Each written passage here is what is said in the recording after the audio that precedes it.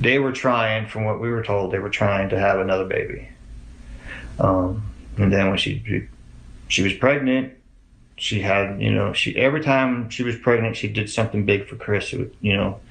This surprise, go upstairs and read this, and she had shirts made for everybody. Said, we're expecting again or something like that. It said, and he came walking in the house because she had on video. She's got to have 6,000 videos and pictures on her phone.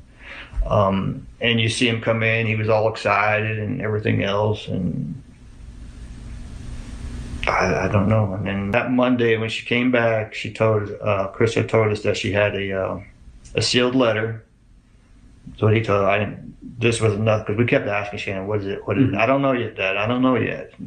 And we know she went to the doctor before she left. She said, I don't know. I don't know." And then he said that she had a sealed envelope or a sealed letter from the doctor's office telling them what the sex was of the baby. So I never got to see that. In the dead of night, deep within the heavily fortified concrete walls of Dodge Correctional Institution in Wisconsin, a modern high-definition surveillance camera flickers to life. The lens remains perfectly still, casting a cold, unyielding gaze into a tiny, sterile cell. It is the year 2026. Inside this cramped space, away from the world he violently shattered, sits Christopher Lee Watts. He is a man condemned to spend the rest of his natural life behind bars, a ghost of the suburban father he once pretended to be. If you look closely at the grainy monitor in the guard station, you will notice something profoundly unsettling about the way he moves. For hours on end, he sits perfectly upright on the edge of his narrow cot, staring unblinkingly at the heavy iron door, as if waiting for someone who will never arrive. Occasionally, his lips move in a silent, frantic whisper, a desperate dialogue with the shadows, or perhaps with the memories of the family he coldly erased from existence. The prison guards who monitor these feeds describe his daily routine as an eerie, mechanical loop that sends chills down the spines of even the most seasoned officers. There are moments captured on tape where Watts suddenly stops whatever he is doing, looks directly into the lens of the security camera, and holds his gaze for minutes at a time with eyes that appear completely hollow, void of any human warmth. Rumors have slipped through the prison gates that in his letters to pen pals, he speaks of feeling a dark, suffocating presence in his cell, a haunting weight that echoes the final moments of his pregnant wife, Shannon, and his two beautiful little girls, Bella and Celeste. What the prison cameras are showing in 2026 is not just a man serving time. It is the terrifying, slow-motion psychological unraveling of a monster forced to live 23 hours a day with the horrific reality of his own monstrous deeds, trapped in a personal purgatory of his own creation. Before we dive deeper into the chilling secrets hidden behind his prison walls, if you find yourself drawn to the dark complexities of human nature and true justice, please take a moment to hit that subscribe button, give this video a like, share it with fellow true crime enthusiasts, and leave your thoughts in the comments below to help grow our channel, Crime Secrets Exposed. Now, let us step back to a time before the prison cameras, before the concrete walls, to a quiet, sun-drenched suburban street in Frederick, Colorado. To the outside world, the Watts family was the absolute definition of the American dream. Their large, beautiful five-bedroom home was filled with the sounds of laughter, plastic toys scattered across the hardwood floors, and the energetic packing of a young mother building an empire from her living room laptop. Shannon Watts was a force of nature. She was vibrant, deeply organized, fiercely ambitious, and poured her entire soul into her family and her growing career as a successful independent executive for a lifestyle marketing company. Her social media pages were a colorful, non-stop chronicle of a blessed life, featuring bright smiles, beach vacations, and a deep, vocal adoration for her quiet, supportive husband, Chris. Chris Watts was widely perceived by friends, neighbors, and family as the ultimate gentle giant. He was a soft-spoken, incredibly fit certified mechanic who seemed completely content to operate comfortably in his wife's bright, energetic shadow. He was the doting father who would patiently bend down to let his daughters paint his fingernails, the calm presence who never raised his voice, and the man who seemed profoundly dedicated to providing a safe, stable life for his loved ones. Bella, at just 4 years old, was a sweet, sensitive, and deeply observant child who worshipped her father, while 3-year-old Celeste, affectionately known as Cease, was a wild, fearless spark of pure joy who kept the entire household laughing. Together, they looked like a flawless portrait of modern happiness, a family bound by love, success, and the exciting anticipation of a third child, a baby boy they had already decided to name Nico. But beneath the polished veneer of those cheerful Facebook videos and perfect family photos, a dark, toxic undercurrent was quietly pulling the foundation of their lives out into a deep, inescapable abyss. To those watching from afar, the fracture in the Watts family seemed to appear out of nowhere, but the digital footprint left behind tells a far more calculated and agonizing story. The illusion of their perfect suburban life began to decay rapidly during the scorching summer months of 2018. The vibrant, highly public life that Shannon had meticulously curated on social media started to clash violently with an icy, uncommunicative reality inside the home. Friends noticed a chilling shift in Chris's demeanor. The once passive, doting husband had grown distant, cold, and entirely detached from his family. The catalyst for this sudden transformation was a hidden life Chris had actively built away from the domestic sphere. He had begun an intense, consuming extramarital affair with a coworker from his energy company, a relationship that quickly evolved from a workplace distraction into an absolute obsession. This secret bond fueled a desperate desire in Chris to completely wipe the slate clean, to erase his current reality, and step into a completely unburdened existence.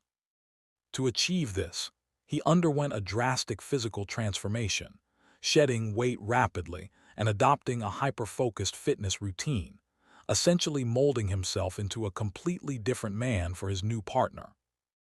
As Chris withdrew further into his secret world, Shannon was left in a state of profound confusion and mounting despair. Stranded in North Carolina for several weeks visiting family while Chris remained behind in Colorado, she watched her marriage unravel through agonizingly cold, monosyllabic text messages. Her letters to him during this period reveal a pregnant mother desperate to save her family, begging him to tell her what had changed, and questioning how the man who once loved her so deeply could suddenly treat her like an absolute stranger. While Shannon searched for answers, trying to fix a marriage she didn't realize was already dead, Chris was secretly researching secluded vacation spots with his mistress and tracking the finances of a life he no longer intended to live.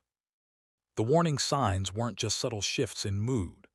They were a series of deliberate, cold recalculations by a man who had begun to view his pregnant wife and 2 innocent daughters not as a family, but as a financial and emotional barrier to his freedom.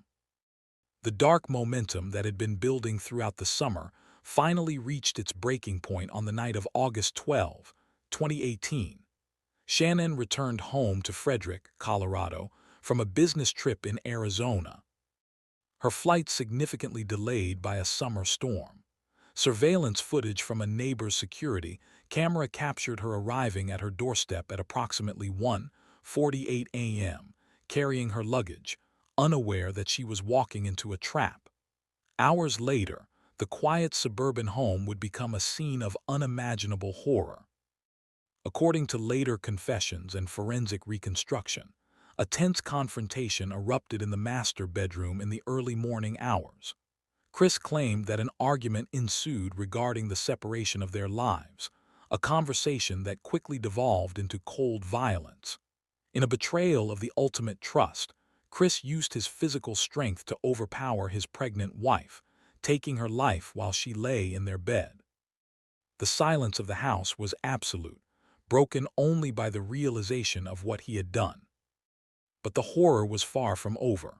Rather than calling for help or panic striking, Chris exhibited a chilling, systematic level of calm. He loaded Shannon's body into the back of his work truck, In a twist that defies human comprehension, his two young daughters, Bella and Celeste, woke up during this time.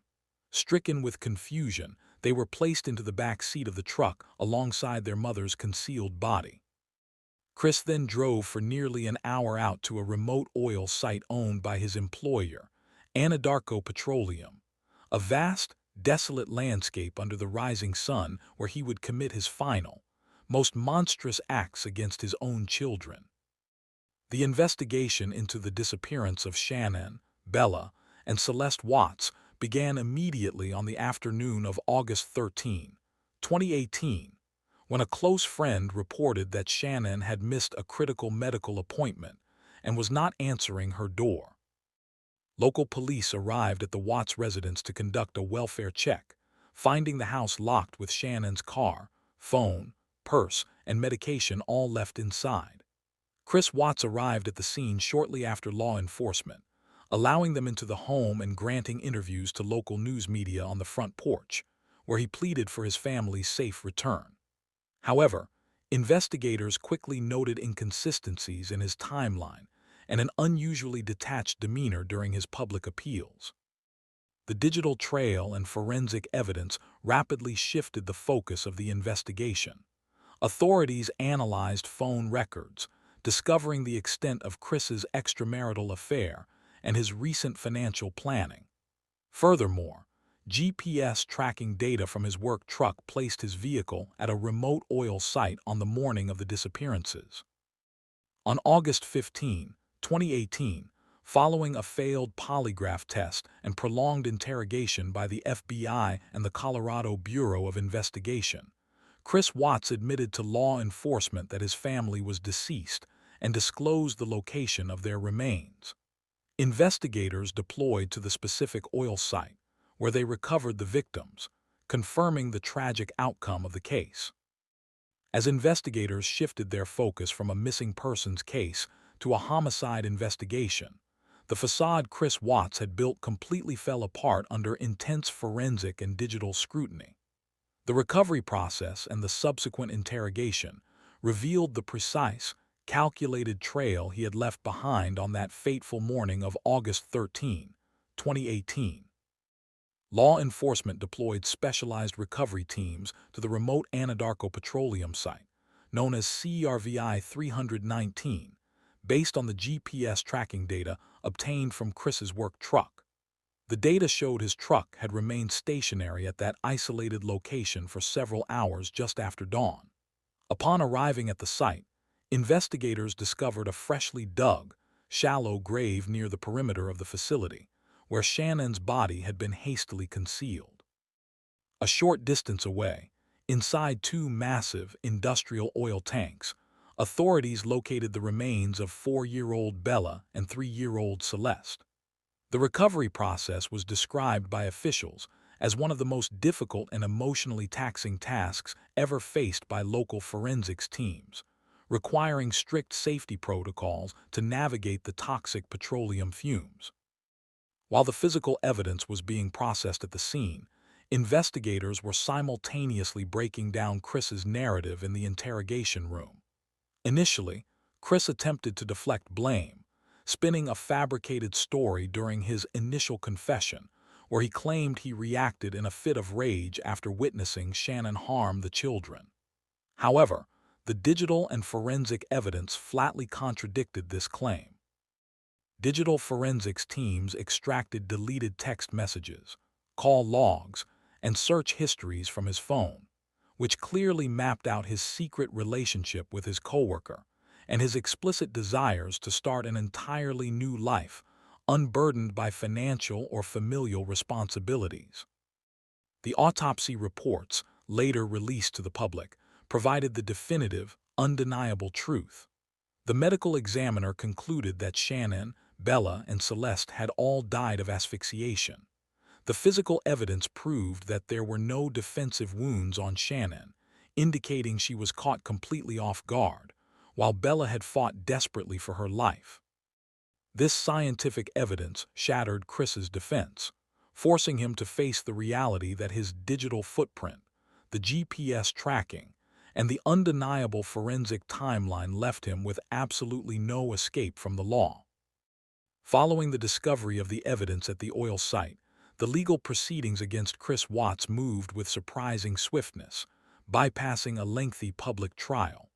On November 6, 2018, at the Weld County Courthouse in Greeley, Colorado, Watts entered a guilty plea to all 9 counts brought against him by the prosecution. The charges included 3 counts of first-degree murder, 2 counts of first-degree murder for causing the death of a person under 12 while in a position of trust, 1 count of unlawful termination of a pregnancy, and 3 counts of tampering with a deceased human body. The decision to plead guilty was part of a legal agreement struck between the defense and the Weld County District Attorney's Office. This plea deal was explicitly approved by Shannon Watts's family, who sought to avoid a painful, protracted trial and requested that the death penalty be taken off the table. In exchange for removing capital punishment as an option, Watts agreed to confess fully to the charges, ensuring he would never be released from prison. On November 19, 2018, the formal sentencing hearing took place, marked by emotional statements from the victim's family and the prosecution. The judge sentenced Chris Watts to 5 life sentences without the possibility of parole, to be served consecutively. Additionally, he received an extra 84 years for the termination of his wife's pregnancy and the tampering charges. Shortly after the sentencing, due to severe security concerns and the high profile of the inmate, Colorado Department of Corrections officials quietly transferred Watts out of state to Dodge Correctional Institution in Waupun, Wisconsin, where he remains safely sealed away from the general public. The impact of the tragedy rippled far beyond the quiet streets of Frederick, Colorado, leaving an indelible mark on the family and the community left behind. In the wake of the arrests and the sudden conclusion of the legal proceedings, the devastating reality fully set in for Shannon's parents and brother. They were forced to navigate their profound grief in the bright glare of the international media spotlight, transforming their private mourning into a public testament to the lives that were lost. For the community, the house on Saratoga Trail became a somber monument. In the weeks and months following the event, the front lawn was transformed into a massive makeshift memorial, overflowing with thousands of stuffed animals, dynamic floral arrangements, and handwritten notes from neighbors, strangers, and people from all over the world who had been deeply moved by the tragedy. The local neighborhood, once a peaceful enclave of young families, struggled to process how such an immense catastrophe could occur completely unnoticed right next door, forever altering the sense of safety and trust among the residents. Over the years, Shannon's family chose to channel their immense sorrow into keeping the memories of Shannon, Bella, Celeste, and Nico alive. They continuously used their platform to advocate against domestic violence, sharing their story to help others recognize the hidden red flags within relationships before they escalate.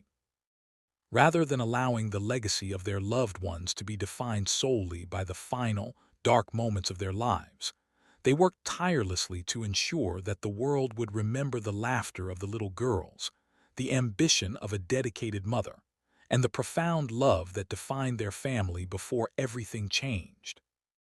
As the years pass and the public attention inevitably shifts to other headlines, the enduring mystery of the Watts family tragedy lingers in the quiet spaces of the true crime community. The surveillance footage from deep within Dodge Correctional Institution serves as a stark, chilling reminder of a life entirely forfeited. It forces us to look past the surface of our everyday lives and confront the unsettling truth that darkness does not always announce itself with a heavy shadow. Sometimes, it hides behind a gentle smile, an ordinary job, and a perfectly curated social media feed. The empty gaze of Christopher Watts captured on modern security monitors leaves us with a haunting realization about the fragility of trust and the hidden depths of human deception. What do you believe is the true nature of the terrifying psychological state prison cameras are witnessing today? Is it genuine remorse, or simply the final, empty echo of a man completely devoid of a conscience. Thank you for watching this deep dive on Crime Secrets Exposed. If you want to support the channel and ensure you never miss an episode, please take a moment to like this video, share it with others, and subscribe to our channel. Don't forget to click the notification bell so you are always alerted whenever a new mystery unfolds. Your support helps us keep these vital stories alive.